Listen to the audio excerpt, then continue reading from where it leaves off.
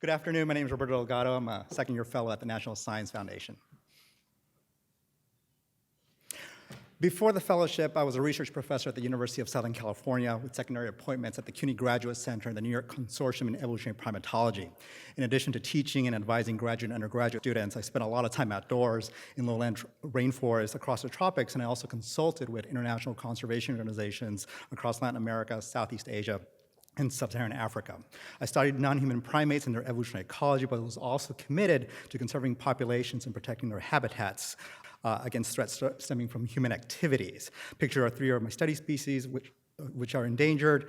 My professional priorities changed, and I wanted to get involved in more conservation, applied conservation, and policy, a motivation for coming to DC. I came to the fellowship somewhat bright-eyed and bushy-tailed, though, with practical experience in tropical biodiversity conservation. So naturally, I landed in polar programs at the National Science Foundation in Arctic social sciences. But it was a perfect placement because of the parallel policy issues related to climate change, environmental conservation, indigenous peoples, and sustainable development.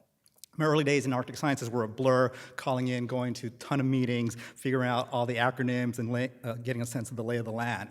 In learning the Arctic portfolio, I became quickly an expert on food security, indigenous peoples issues, traditional knowledge, and also language vitality, just a range of things. Before I knew it, I was co-leading an Arctic communities collaboration team, liaising with the State Department Arctic Policy Group, a delegate to several working groups of the Arctic Council, Intergovernmental Forum on Conservation and Sustainable Development, and traveling to Alaska and Canada and Norway and Finland for a range of conferences and meetings. But I also was able to maintain ties to my academic underpinnings. My office gave me the opportunity to attend conferences, do short field trips, and actually get a few publications out, which was fantastic, and continuing to work with students and on committees and reviewing, et cetera. The fellowship program also allowed me to maintain a balance between my interests and my placement responsibilities. Foremost, I remained co-chair of the Biodiversity Affinity Group together with some awesome first-year fellows, Catherine and Daphne.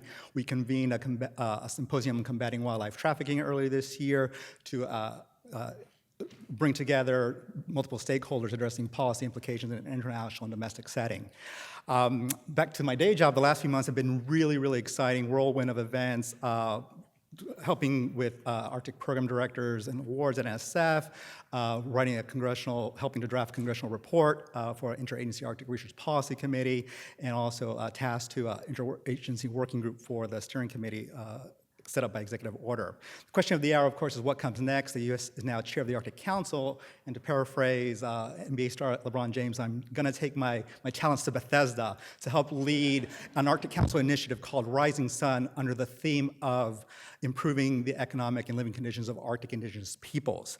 Much like this presentation, the past 23 months have flown by, and the experiences of my fellowship have been really instrumental in allowing me to transition from an esoteric academic background in primate behavioral ecology to a broad, diverse policy arena in the Arctic.